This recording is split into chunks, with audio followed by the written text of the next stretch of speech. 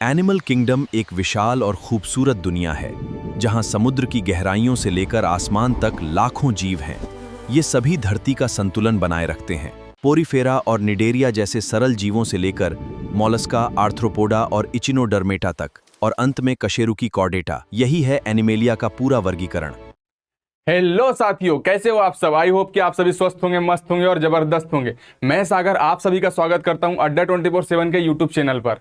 ठीक है, तो आज हम बात करने वाले हैं एक ऐसे चैप्टर की जो कि नीट एग्जाम को लेकर बहुत ही ज्यादा इससे क्वेश्चन जो है नीट एग्जाम में इससे आते हैं। लगभग 4 से 5 क्वेश्चन हर साल नीट एग्जाम में एनिमल किंगडम से आते हैं, है ना। एनिमल किंगडम का मतलब ये होता है कि जीव जगत, है ना। तो हम आज ऐसे ऐसे एनिमल के बारे में जानेंगे जो हमारी धरती पर भी पाए जाते हैं, समुद्र में भी पाए जाते हैं, और ऐसे ऐसे क्रिएटिव टाइप के जो हम एनिमल को देखेंगे जिनको जानकर आप हैरान रह जाओगे कि क्या इस प्रकार के भी एनिमल पाए जाते हैं।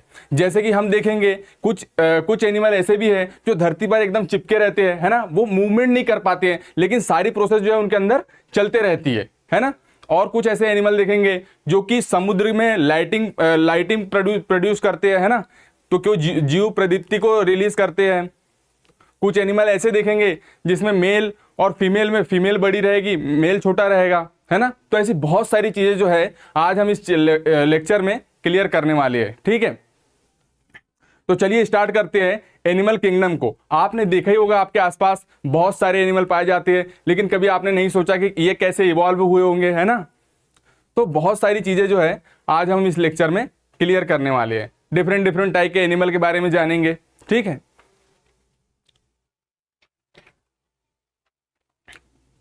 सबसे पहले हम बात कर लेते हैं कि एक एनिमल का निर्माण कैसे होता है। ठीक है, तो एक एनिमल का निर्माण जो है वो एक सिंगल सेल से होता है। सिंगल सेल में जो आते हैं वो प्रोकैरियोटिक आते हैं, बैक्टीरिया होते हैं जो सिंगल सेल होते हैं, जो आंखों में विजुअल नहीं होते हैं। ठीक है, जिन्हें आसानी से हम देख नहीं सकते, वो होते हैं सिंगल सेल, है ना। और सिंगल सेल के बाद में आते हैं कुछ एनिमल जो मल्टी सेलुलर होते हैं, जो बहुकोशिकीय जीव होते हैं, है ना।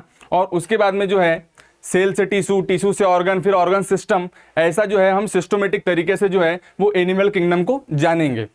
ठीक है, सबसे पहले हम बात करते हैं सेलुलर लेवल ऑर्गेनाइजेशन की। इसकी सेलुलर लेवल ऑर्गेनाइजेशन है क्या। ठीक है, कोशिकीय संरचना है क्या।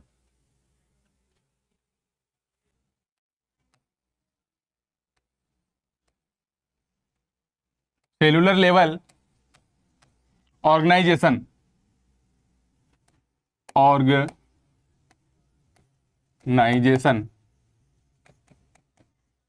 का मतलब ये होता है कि कोशिकीय व्यवस्था किस प्रकार की होती है एनिमल के अंदर, है ना। तो जो होते हैं यूनिसेलुलर होते हैं, कुछ मल्टीसेलुलर होते हैं, लेकिन एनिमल किंगडम में हम जो बात करने वाले हैं आज वो उसमें हम बात करेंगे मल्टीसेलुलर की। जो भी ऑर्गेनिज्म स्टार्ट होगा या जो भी लिविंग बीइंग स्टार्ट होगा वो होगा मल्टीसेलुलर, है ना।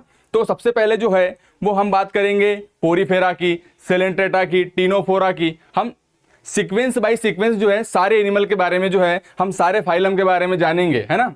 एनिमल किंगडम में हम सारे फाइलम के बारे में जानेंगे, सेलुलर लेवल ऑर्गेनाइजेशन के बारे में पढ़ेंगे। उसके बाद में हम सिमिट्री के बारे में पढ़ेंगे, सिमिट्री के बारे में पढ़ेंगे। उसके बाद में हम पढ़ेंगे सीलोम क्या होता है।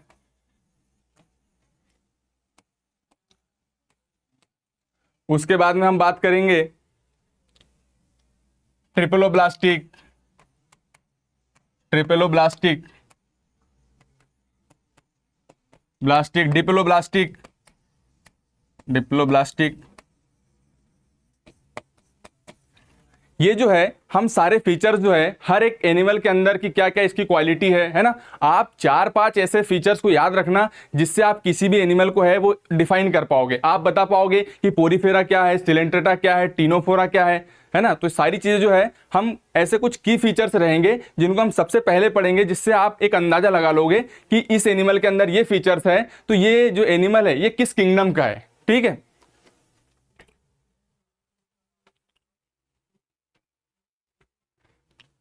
तो सेलुलर लेवल ऑर्गेनाइजेशन देख लिया आपने कि सेलुलर लेवल ऑर्गेनाइजेशन का मतलब ये होता है कि जिसमें जो है सिर्फ सेल उपस्थित होती है। इसमें जो है सिर्फ सेल उपस्थित होती है। क्या होती है? सेल उपस्थित होती है। अब सीलोम जो होता है, सीलोम मतलब होता है बॉडी कैविटी। बॉडी कैविटी का मतलब ये होता है कि जो बॉडी कैविटी बनी होती है वो होती है एक्टोडर्म, है ना, एंडोडर्म और मीजोडर्म। ये 3 लेयर से बनकर जो है हमारी बॉडी की संरचना बनी होती है ना। आपने देखा होगा कि जो हमारी बाहरी लेयर जो होती है वो एक्टोडर्म है, उसके अंदर जो होती है एंडोडर्म, और उसके बीच में जो होती है लेयर वो होती है मीजोडर्म।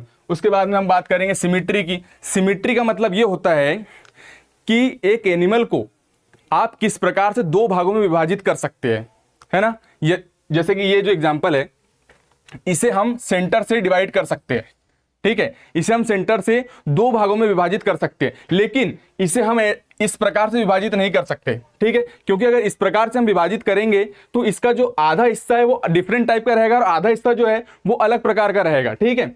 तो हम इसे जो बोलेंगे, इसे बोलेंगे हम बाइलेटरल सिमेट्री, ठीक है। सिमेट्री के हम प्रकार पढ़ेंगे, bilateral symmetry.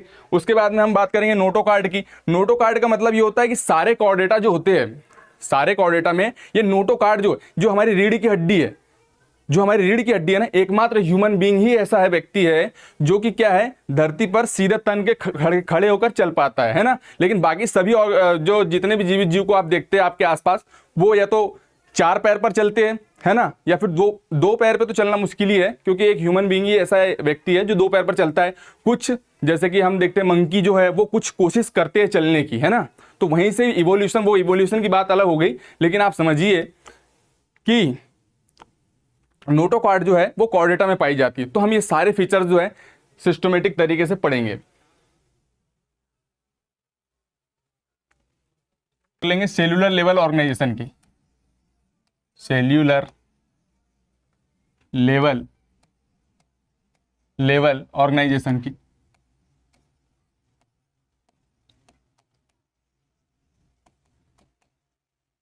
Cellular level organisation, है ना, कोशिकी व्यवस्था। कोशिकी व्यवस्था किसमें रहती है, तो जो होता है पहला जो एनिमल होता है वो होता है पोरीफेरा। पोरीफेरा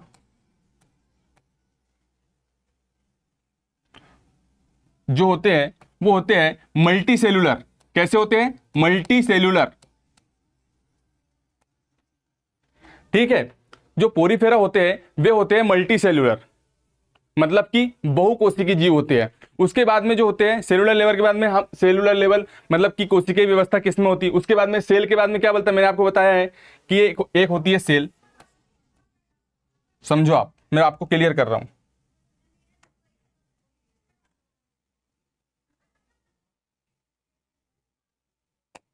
सेल के बाद में टिश्यू, टिश्यू के बाद में ऑर्गन के बाद में ऑर्गन सिस्टम,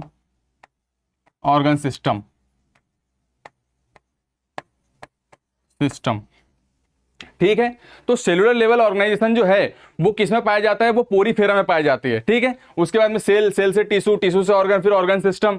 तो ये जो है सेलुलर लेवल जो है वो मल्टी सेलुलर जो होते हैं वो होते हैं पोरीफेरा। उसके बाद में हम बात करेंगे कि टिश्यू की व्यवस्था किसमें रहती है, उसके बाद में ऑर्गन सबसे पहले कैसे डेवलप हुआ, उसके बाद में ऑर्गन सिस्टम कहाँ हमें दिखाई देता है। तो सेलुलर लेवल ऑर्गेनाइजेशन को समझ गए होंगे आप कि कोशिकीय व्यवस्था किस जीव में किस प्रकार की रहती है, वो हम देखेंगे। तो मैंने आपको पहला जो फाइलम बताया है वो है पोरीफेरा। पोरीफेरा जो होता है वो मल्टी सेलुलर होता है। हम जो एनिमल किंगडम पढ़ने वाले हैं वो हम 5 किंगडम एनिमल नहीं पढ़ने वाले, 5 जगत वर्गीकरण नहीं पढ़ रहे, हम सिर्फ एनिमल किंगडम की बात कर रहे हैं, जिसमें जो है सारे जीव जो है वो मल्टी सेलुलर रहेंगे, ठीक है।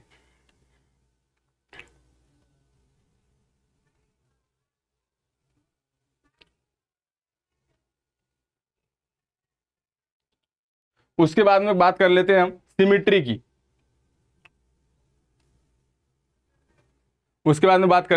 सिमिट्री की। अब ये सिमिट्री क्या है, किसी लोगों को समझ में नहीं आ रहा होगा, क्लियर कर दूंगा मैं अभी।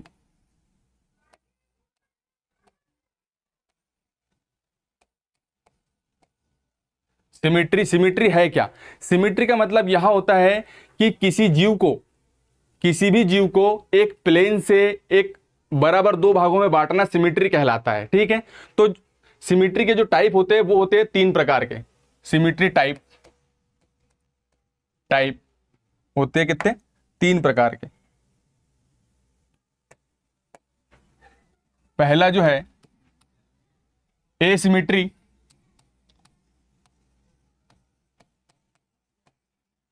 दूसरा जो है बायलिटरल सिमेट्री,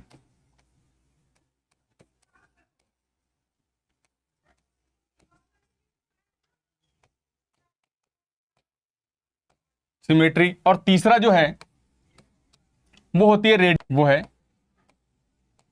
रेडियल सिमेट्री। ठीक है,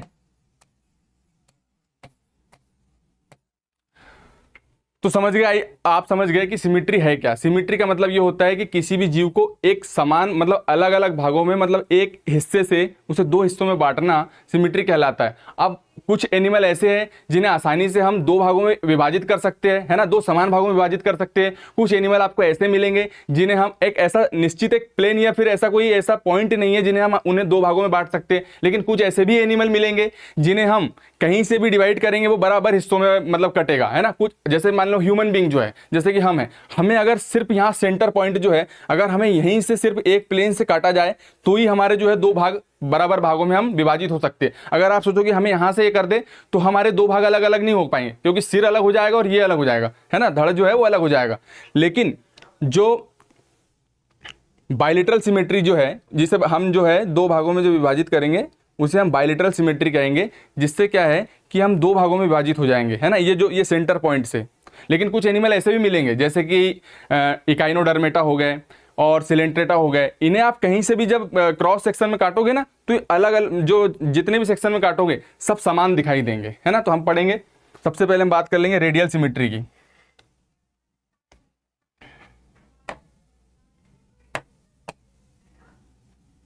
सबसे पहले एसिमेट्रिकल।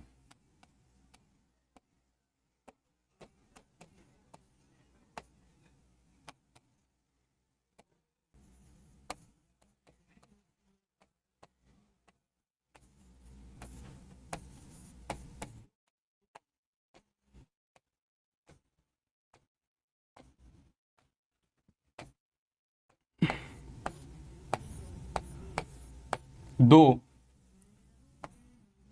भागों में विभाजित नहीं कर सकते, विभाजित नहीं कर सकते। ठीक है, समझ गए। एसिमेट्री का मतलब ये होता है, एसिमेट्री का मतलब ये होता है कि इसमें हम किसी भी जीव को दो समान भागों में विभाजित नहीं कर सकते। इसका जो एग्जाम्पल रहेगा, एग्जाम्पल जो है इसका वो एकमात्र है पोरीफेरा। पोरीफेरा, ठीक है, पोरीफेरा, ठीक है, ये पहला फाइलम रहेगा जो पोरीफेरा जो है, इसे हम कभी भी समान भागों में विभाजित नहीं कर सकते। ठीक है, उसके बाद में बात कर लेंगे हम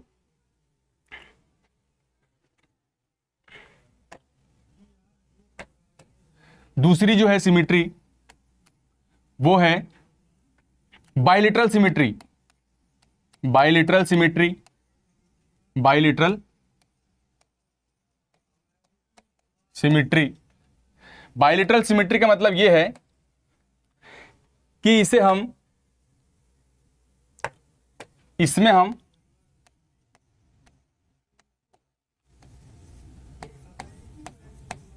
किसी भी जीव को सिर्फ एक ही प्लेन से, सिर्फ एक ही पॉइंट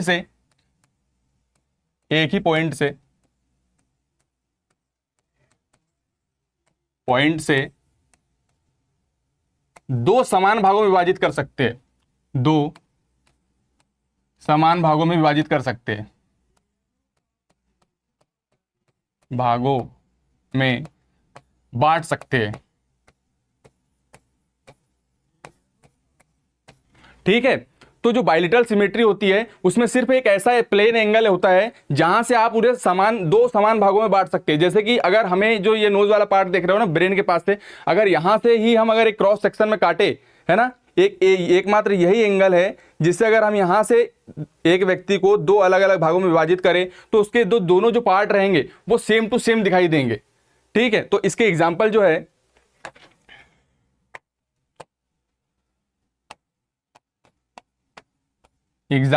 इसके प्लेटीहेल्मिन्थीज, प्लेटीहेल्मिन्थीज, हेल्मिन्थीज 2 कॉर्डेटा। ठीक है, याद रखना ये जो मैं आपको दो तीन मतलब चार पांच जो फीचर्स बता रहा हूं ना, जैसे ही आपके सामने जो किंगडम आएगा तो आप इसे आइडेंटिफाई कर पाओगे कि इसमें मतलब कौन सी सेलुलर लेवल ऑर्गेनाइजेशन है, ये इसमें कौन सी सिमेट्री है, रेडियल सिमेट्री है या बायलिटरल सिमेट्री है ना, या ये डिप्लोब्लास्टिक है या ट्रिप्लोब्लास्टिक है, इनमें जो क्लोज सर्कुलेटरी सिस्टम है या ओपन सर्कुलेटरी सिस्टम है। ठीक है, इनका डाइजेस्टिव सिस्टम क्या है, इनका एक्जेस्टरी सिस्टम क्या है, ये सारी चीजें जो है ये चार पांच फीचर्स आपको पढ़ना बहुत जरूरी है, जिससे जैसे ही मैं आपके पास में फाइलम निकालूंगा, जैसे मान लो मैंने पोरीफेरा निकाला तो आप क्लियर कर लोगे कि भैया पोरीफेरा एक ऐसा किंगडम है जिसके अंदर जो है वो होती है क्या, एसिमेट्री। इसे मतलब दो समान भागों में हम विभाजित नहीं कर सकते। ठीक है, तो बायलिटरल सिमेट्री आपको समझ आ गई। अब मैं बात कर लेता हूं रेडियल सिमेट्री की।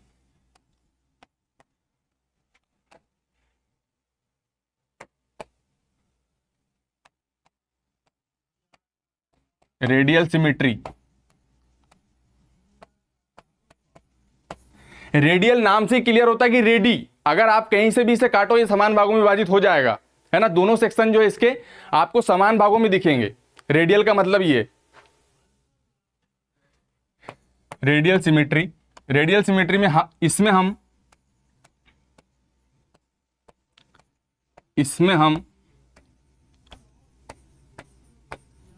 किसी जीव को किसी भी पॉइंट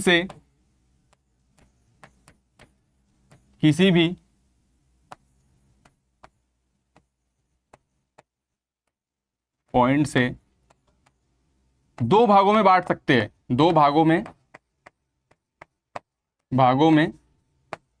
बांट सकते हैं।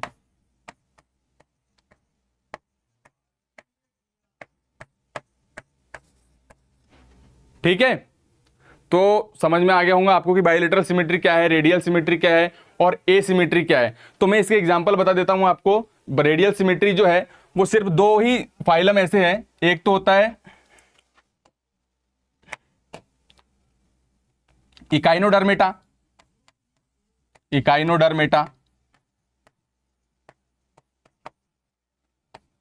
और दूसरा जो है वो होता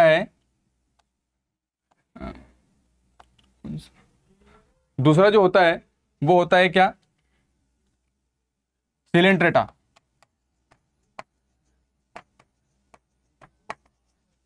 ठीक है, तो ध्यान रखना ये जो एग्जाम्पल है ये अभी याद रखना आपने, क्योंकि आगे जो है इससे आपको जो है वो बहुत ही आसानी होगी पढ़ने में। ठीक है, तो आई थिंक आप सेलुलर लेवल ऑर्गेनाइजेशन को समझ गए होंगे, सिमेट्री क्या है समझ गए होंगे, है ना, और सेल से टिश्यू, टिश्यू से ऑर्गन। आपने सबसे पहले देखा कि जो सेलुलर लेवल ऑर्गेनाइजेशन के बाद में ऑर्गन, फिर सेल के बाद में ऑर्गन, ऑर्गन के बाद में सेल से टिश्यू, टिश्यू से ऑर्गन, ठीक है, ऑर्गन से फिर ऑर्गन सिस्टम, ये सारी चीजें जो है आपको क्लियर होगी। उसके बाद में सिमेट्री समझ गए हो आप, है ना, कि किसी भी व्यक्ति को, किसी भी जीव को समान भागों से बांटना, दो समान भागों में बांटना सिमेट्री कहलाता है। अब होती है asymmetry, bilateral symmetry, radial symmetry. तो ये तीनों जो है मैंने आपको एग्जाम्पल बता दिए हैं, याद रखना इनको। तो आई थिंक आप सिमेट्री के बारे में सब जान गए होंगे।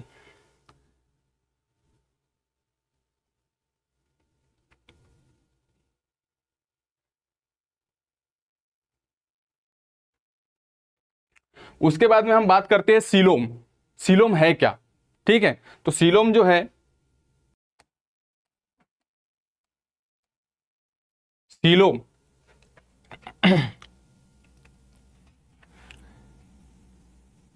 यहां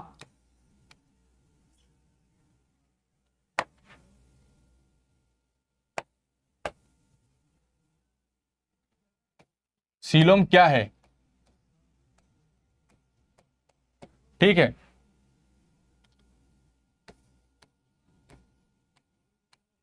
सीलोम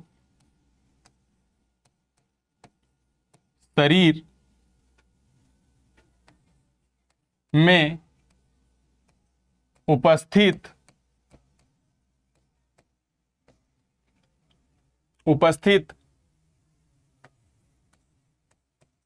आवरण है जो तीन भागों में उपस्थित होता है, उपस्थित होता है। ठीक है, पहला होता है एक्टोडर्म, जो सबसे बाहरी आवरण जो होता है हमारे शरीर में, जो कुछ पार्टिकल होते हैं, जैसे कि मान लो ईसोफेगस की बात कर लेते हैं, है ना, जो हमारी जो एलिमेंट्रिक नाल जो होती है उसमें जो होता है एक्टोडर्म, आपने देखा होगा एक्टोडर्म उपस्थित होता है। पहला जो होता है एक्टोडर्म, एक्टोडर्म। दूसरा जो होता है मीजोडर्म, मीजोडर्म। तीसरा जो होता है वो होती है एंडोडर्म, एंडोडर्म, एंडोडर्म। ठीक है, तो ये तीन लेयर होती है। सबसे बाहरी लेयर जो होती है वो होती है एक्टोडर्म, दूसरी जो होती है वो होती है मीजोडर्म, और तीसरी जो होती है वो होती है एंडोडर्म। ठीक है, तो इस बात को याद रखना आपने कि जो सबसे बाहरी लेयर होती है वो होती बाहर, एक्टो मतलब बाहर, एंडो मतलब अंदर। ठीक है, एक्टो मतलब बाहर, एंडो मतलब अंदर, मीजो, मीजो मतलब बीच, बीच में मीजोडर्म जो होती है वो बीच वाली लेयर होती है। ठीक है, तो एक्टोडर्म के एग्जांपल, सॉरी, एक्टोडर्म, एंडोडर्म और मीजोडर्म। ठीक है, तीनों लेयर के बारे में समझ गए होंगे। आपकी सीलोम जो होती है वो इन्हीं लेयर से मिलकर बनी होती है। ठीक है,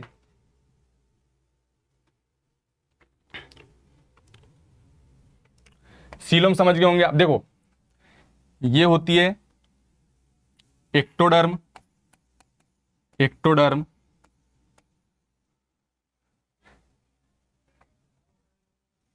ये होती है मीजोडर्म, मीजोडर्म। ये होती है एंडोडर्म।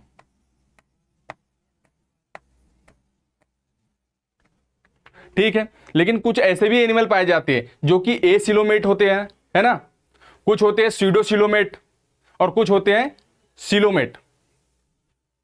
तो एसिलोमेट, एसिलोमेट, एसिलोमेट में एसिलोमेट होते हैं, कुछ होते हैं स्यूडोसिलोमेट, स्यूडोसिलोमेट, और कुछ होते हैं क्या, सिलोमेट।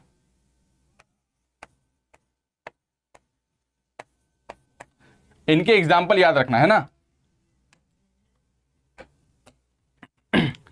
एसिलोमेट में आते हैं पोरीफेरा, पोरीफेरा, है ना। इसमें आते हैं स्यूडोसिलोमेट में होते हैं एस्केलमिंथीज, एस्केलमिंथीज, और ये इसमें आते हैं annelida, annelida to, annelida to chordata. ठीक है भाई, तो क्लियर है यहां तक आपको, है ना। एसिलोमेट, सिलोमेट, स्यूडोसिलोमेट, सीलोम क्या है? तो सीलोम जो है वो हमारे शरीर की ट्रिपल लेयर संरचना होती है। जो सीलोमेट जो होती है वो सीलोम 3 लेयर से मिलकर बनी होती है, लेकिन कुछ ऐसे भी जीव होते हैं जिनमें सीलोम उपस्थिति नहीं होती है, तो उसे एसिलोमेट कहेंगे। कुछ में सीलोम की 2 लेयर होती है, एक होती है एक्टोडर्म और एक होती है एंडोडर्म। इसका मतलब इसे बोलेंगे हम स्यूडोसिलोमेट। लेकिन यहाँ संरचना किसमें देखने को मिलती है हमें? एस्केलमिंथीज में, है ना। और उसके बाद में जो एसिलोमेट जो होते हैं वो एसिलोमेट पोरीफेरा, सिलेंट्रेटा, है ना, टीनोफोरा, प्लेटीहेलमिंथीज, वो जो होते हैं वो क्या होते हैं? एसिलोमेट। और स्यूडोसिलोमेट जो होते हैं वो एस्केलमिंथीज होते हैं, और जो सिलोमेट जो होते हैं वो होते हैं क्या? वो होते हैं एनिलिडा से कॉर्डेटा। ठीक है, ये देखो, ये होते हैं एसिलोमेट। अब ये देखो, ये होते एसिलोमेट। इसमें सीलोम को आप क्लियरिफाई नहीं कर सकते, है ना। नो बॉडी केविटी, इसमें कोई बॉडी केविटी नहीं है। सॉलिड मीजोडर्म, ठीक है, जो मीजोडर्म रहेगा वो एकदम सॉलिड रहेगा। एग्जाम्पल के लिए प्लेटीहेलमिंथीज। ठीक है, समझ में आया? एसिलोमेट का मतलब ये होता है कि no body cavity, solid mesoderm, और एग्जाम्पल के लिए प्लेटीहेलमिंथीज।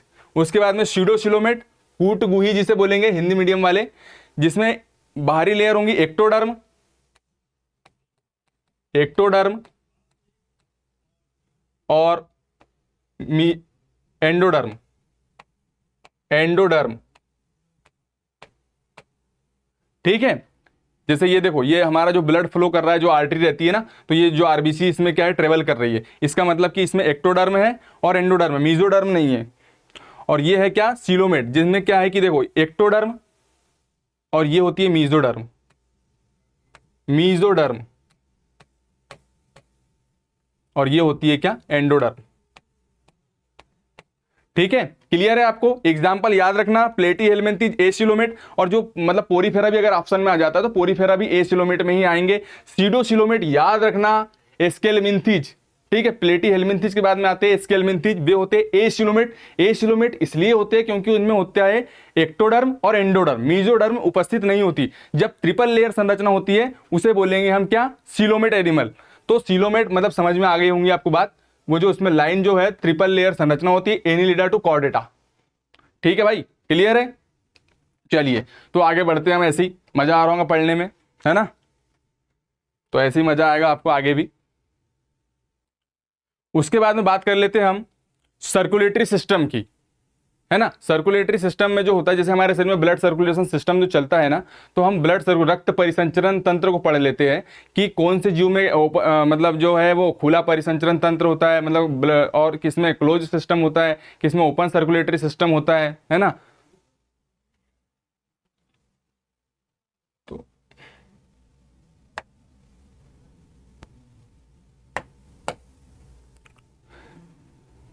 सबसे पहले बात करेंगे हमने आज बात कर ली है क्या, प्लेटी हेलमिंथेज की, एस्केलमिंथेज की। उसके बाद में हम जो फाइलम पढ़ने वाले हैं आज बारी बारी से एक एक करके, है ना, तो वो हम बात करने वाले हैं किसकी, सिमिट्री पढ़ लिया हमने, सेलुलर लेवल ऑर्गेनाइजेशन पढ़ लिया हमने, उसके बाद में सीलोम पढ़ लिया हमने, उसके बाद में डिप्लोब्लास्टिक क्या होते हैं, ट्रिप्लोब्लास्टिक क्या होते हैं।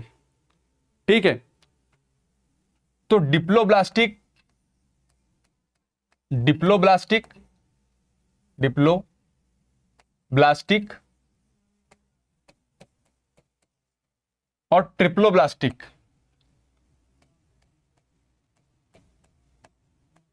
ट्रिप्लोब्लास्टिक, ठीक है। एक होते हैं डिप्लोब्लास्टिक, एक होते हैं ट्रिप्लोब्लास्टिक। अब डिप्लोब्लास्टिक और ट्रिप्लोब्लास्टिक क्या है, डिप्लोब्लास्टिक में होता यह है कि इसमें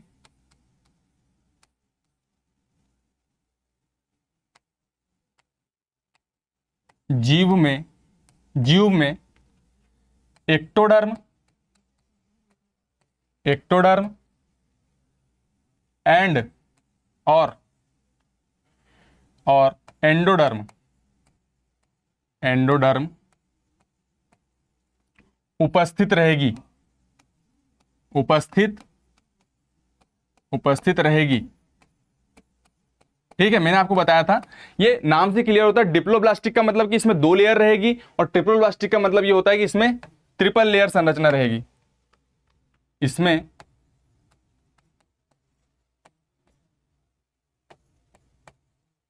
तीन स्तरीय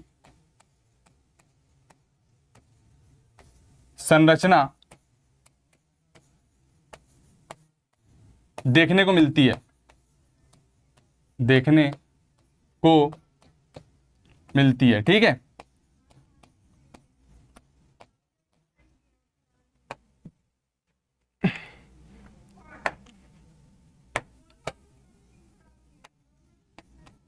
एग्जाम्पल पोरीफेरा टू प्लेटी हेलमिंथेज,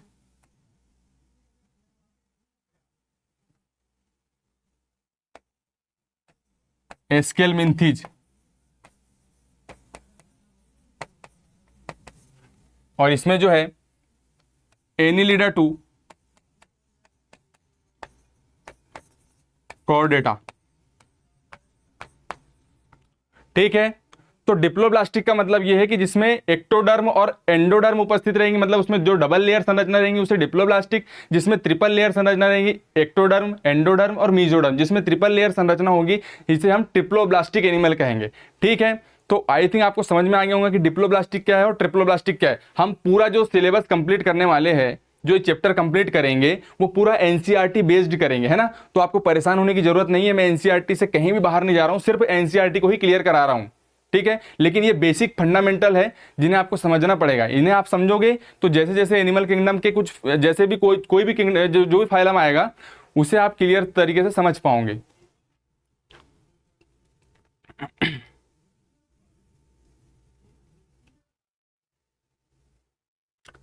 ठीक है, तो संघ पोरीफेरा सबसे पहला फाइलम जो आता है हमारा वो होता है क्या, पोरीफेरा। उसके बाद में सिलेंट्रेटा। अपन तो पहले पढ़ेंगे हम पोरीफेरा, पोरीफेरा। ठीक है, दूसरा सिलेंट्रेटा, तीसरा टीनोफोरा, फोरा। चौथा जो रहेगा वो रहेगा प्लेटीहेलमिन्थीज, प्लेटीहेलमिन्थीज। पांचवा जो रहेगा एस्केलमिन्थीज,